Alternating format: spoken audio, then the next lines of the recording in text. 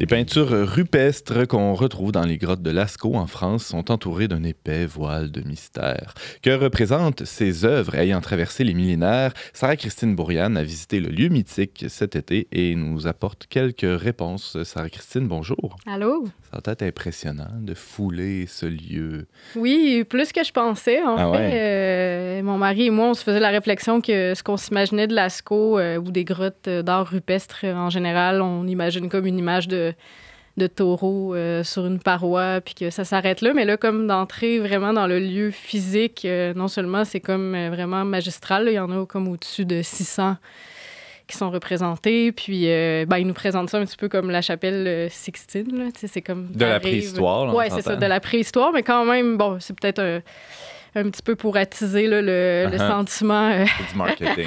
Oui, c'est ça. Mais quand même, c'est... moi, j'étais déjà impressionnée en France d'arriver dans des églises, comme qu'on dit, du 11e siècle. Puis tout est tellement ancien par rapport à notre culture du Québec. Mais là, ça, t'arrives, puis c'est comme ça date de 18 000 ans. Là. Donc, c'est à une autre échelle... juste en termes de temporalité, là, on est tellement habitué à la culture du périssable puis de l'instantanéité. Ça force à l'humilité. Tu te retrouves devant quelque chose justement tellement qui te replace, toi, dans une histoire beaucoup plus grande, plus longue. Vraiment. Là, tous nos petits soucis du 21e siècle. J'ai plus de piles dans mon cellulaire. Non, mais exact. Là, c'est comme si t'es face à... on replonge dans les origines, Puis c'est l'homo sapiens aussi, là, donc on peut savoir que cet homme-là pensait comme nous. Donc c'est notre bro, c'est notre frère. Oui, exact. On me fait des signes. Sarah-Christine, alors tu as visité Lascaux, tu as eu le plaisir là, de visiter ce lieu où on retrouve, tu disais, jusqu'à 600 œuvres rupestres. Qu'est-ce que ça veut dire, rupestre? C'est sur les parois rocheuses. Donc, je pense que c'est ça l'étymologie c'est ça, sur les parois. Puis, c'est ça, c'est dans une grotte. On entre vraiment sous terre, là. Donc, puis sinon, il faudrait que je dise aussi que, par exemple, c'est pas la vraie grotte, dans le fond. C'était ça, la petite déception, là. Qu'est-ce que tu veux dire? C'est que, dans le fond, la vraie grotte était comme pas... plus accessible parce qu'elle a été découverte dans les années 1940. Puis il y avait comme un engouement, plein de touristes qui venaient. Puis à un moment donné, la respiration, la chaleur, ça a créé des maladies sur la roche, là, comme maladie blanche, maladie verte, c'est le dioxyde de carbone. Donc la vraie grotte est vraiment fermée. Puis il y a juste comme peut-être une trentaine de scientifiques qui peuvent y aller à chaque année. Donc c'est une reproduction, mais c'est au 16e de millimètre près. Donc quand t'entres, tu vois vraiment comme si t'étais dans la vraie grotte, puis c'est le même lieu physique, mais c'est vrai qu'il y a une petite déception. On n'y va pas non plus. Donc. Quelle supercherie! Oui. Là, mon univers s'effondre. Ah non, la chronique vient de tomber à plat. Non, mais c'est comme aller à la cathédrale à Montréal. C'est quand même beau, même si c'est une reproduction de Saint-Pierre de Rome. James, t'allais dire quoi?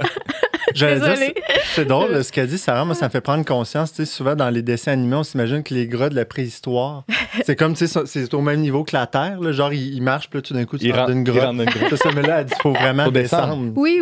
Puis il y a même des salles. En fait, quand on entre dans la grotte, il y a plusieurs salles. Là. En tout cas, je pense pas qu'ils définissent ça comme ça. La salle de lavage, là. La salle B12.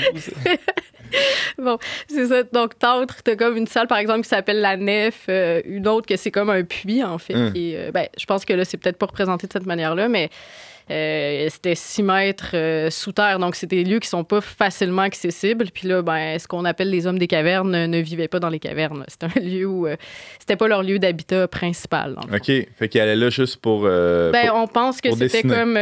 que c'était... On voit pas des artefacts de la vie quotidienne. On n'a pas trouvé. Donc, pas de casserole, rien. Non, mais c'est ça. Il n'y a aucun signe qu'ils cuisinaient là, qu'ils couchaient là. Non, je pense que c'est des lieux hostiles et il y a des animaux qui y vivent. C'est humide. Des araignées. C'est dégueulasse. Oui, c'est ça. C'est pas très... donc, on moi, je n'irais pas là. Non, en effet. Donc c'est alors, ça. Qu'est-ce que tu as vu dans la fausse grotte de Lascaux? Pardon. C'est épouvantable. Oui, mais en même temps, c'est pour le travail scientifique quand même. Si on veut que ça soit préservé, on veut pas qu'il y ait une genre de couche verte sur les peintures. Mais ce que j'ai vu, c'est principalement des animaux, en fait. Oui. Mais c'est pas nécessairement les animaux qui chassaient. Ces hommes-là, on nous disait, c'est ça, qui vivent dans un climat assez rude, là, parce que c'est la dernière glaciation. Donc, c'est comme au Québec, un peu. En fait, ouais, c'est comme un peu la Laponie. Il y avait beaucoup de rennes. Il faisait à peu près une température de 15 degrés l'été jusqu'à moins 20 l'hiver. Donc, c'est comme un climat quand même très difficile. Puis, dans le fond, eux, ils chassaient, c'est ça, le renne. Ils utilisaient tout du renne pour se vêtir, pour les ossements, tout ça. Puis, on voit beaucoup dans le fond, d'aurochs, qui est comme le taureau de l'époque, de cerfs, de chevaux. OK. Puis, mettons, quand on entre dans la grotte, il y a comme une genre de licorne, en fait. Donc, qui montre déjà que c'était pas... qui avait comme déjà la pensée symbolique. On voulait pas nécessairement tout représenter dans le moindre détail de ce qu'on voyait, mais il y a des éléments qui nous montrent qu'il y a une pensée, c'est ça, symbolique déjà à l'œuvre à l'époque. C'était pas une représentation fidèle nécessairement qui était recherchée, mais plutôt une évocation, des fois même, il y avait une créativité qui était en jeu. Oui, puis il y a l'auteur Mircea Eliade, je pense que je le dis pas bien, mais c'est un auteur roumain en sciences des religions.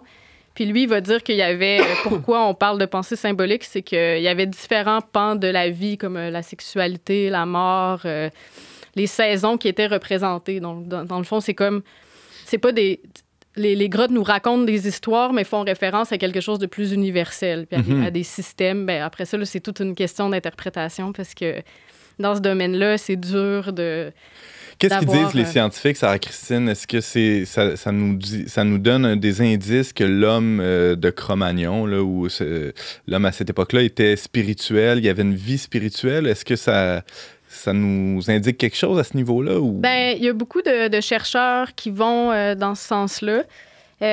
On peut pas... Moi, j'ai été déçue parce que quand je faisais ma visite, on m'avait un petit peu présenté ça comme c'est comme le temple des hommes préhistoriques qui se retrouvaient là. On beurrait épais, là. Ouais, ben il y avait des guides qui allaient dans ce sens-là. Après ça, quand j'essaie de lire là-dessus, là, je vois que c'est comme des séries de discussions et de querelles entre paléanthropologues, préhistoriens. Donc, on peut pas, étant donné qu'il n'y avait pas l'écriture, bon, c'est avant l'histoire, donc c'est la préhistoire, on peut pas avoir le contenu, l'horizon de pensée. Si tu trouves des outils, des os, tu peux pas dégager le contenu des croyances de ces hommes-là. Donc, ça, c'est sûr que ça va rester une énigme.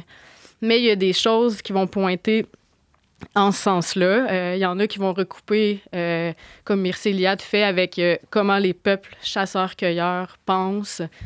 Donc, c'est sûr qu'eux aussi ont évolué, mais quand même, il y a quelque chose de commun peut-être dans le type de croyance des chasseurs-cueilleurs. Mais je pense que c'est assez avéré que les êtres humains de cette époque-là, déjà, pratiquaient une forme de rite funéraire. Hein? Fait que c'est ce qui faisait dire que déjà, il y avait cette forme de spiritualité, en tout cas de respect pour la mort, pour le... Oui, c'est ça que je voulais dire aussi, c'est qu'à cette époque-là, déjà, la maîtrise du feu, la domestication du feu, ça fait longtemps que c'est établi, là. Je pense que c'est 400 000 ans. Homo sapiens, comme nous, c'est 300 000 ans, donc l'homme a comme toute une histoire, là. Puis les grottes de Lascaux, il y en a d'autres déjà dans le monde, là. Là, je suis allée à Lascaux, mais il y a comme, je pense, une centaine de milliers de sites là, où il y a ces arts-là qui sont représentés dans les grottes. De manière assez semblable. Oui, il y a comme vraiment une unité. C'est comme toujours des animaux. L'homme est très peu représenté. Ça, c'est un aspect que je trouve intéressant. C'est que, dans le fond, la représentation des animaux est assez détaillée. Ils utilisent même des techniques super précises, des pochoirs, des pinceaux. On voit que c'est pas des amateurs qui dessinent ça. Donc, la connaissance de l'art est assez donnée à des personnes qui ont des talents. Puis l'homme est représenté de manière plus floue, moins précise. Donc, on peut voir que dans toutes ces grottes-là, c'est un peu le même type d'animaux qui sont représentés. Puis les plus vieilles, je pense que ça date de peut-être moins 40 000 ans. Là. Comme Chauvet, qui est une grotte en France qui a été découverte dans les années 94, je pense. C'est ça, c'est aussi le même type qu'on voit là, de peinture ou de dessin. Alors, puis là, je reviens sur la sépulture. Pardon, on passe d'un sujet à l'autre avec des sujets aussi vastes. C'est ça, la sépulture, c'est... je pense que c'est à peu près vers moins 100 000 ans là, qu'on commence à observer. Il y a la découverte en Israël, à Skoul, où ils voyaient vraiment des squelettes, en fait, positionnés en position peut-être fétale ou en tout cas repliés sur lui-même. Puis à peu près une petite famille avec des enfants. Puis on voit que parfois, ils sont enduits d'ocre rouge. Fait qu'on peut déjà voir qu'on voulait signifier quelque chose avec cette couleur-là, soit que ça représente le sang, la vie. Puis on veut comme... En fait, ça dit qu'il y a une croyance, en la vie après la mort, qu'on veut qu'il y ait une transmission pour l'ancêtre, un passage qui se fasse bien parce qu'on met avec lui des objets. Donc, il y a déjà cette croyance-là. Fait qu'en ce sens-là, oui, on peut dire qu'il y a un vestige ou en tout cas un balbutiement de spiritualité chez l'homme. Puis, Par rapport à ça, je me demande aussi si ce genre de peinture-là est juste retrouvé dans des grottes. Puis, s'il y a une raison, disons, autre que, je sais pas, peut-être que ça se conserve mieux dans des grottes puis que c'est la seule raison, mais... Ils ont fait des dessins sur le sable aussi, mais les vagues les ont emportés.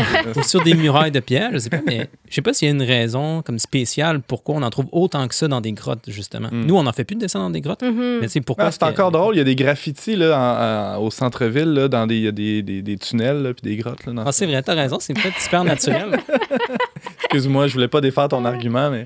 Mais c'est vrai que d'aller dans une grotte, je me disais, il y a quelque chose d'un peu intemporel. Tu es comme en dehors du cycle du soleil. Tu es toujours dans le noir, sous terre. Peut-être que c'est un monde des esprits. Bon, je sais pas, ça, c'est mon interprétation, mais il y a quelque chose dans une grotte où tu vas là avec ta lanterne. C'est un lieu un peu secret, caché, en dehors du changement. Donc, d'ailleurs, à Lascaux, on me disait que ça avait été fréquenté pendant 500 ans. Donc, c'est un lieu où on se retrouvait, qui est en dehors comme de la vie normale, où on va faire une activité qui n'est pas comme une activité de subsistance. Survie ou de subsistance, ouais, c'est ça. Puis donc, est-ce qu'on fait de l'art pour l'art? Est-ce qu'on fait de l'art pour...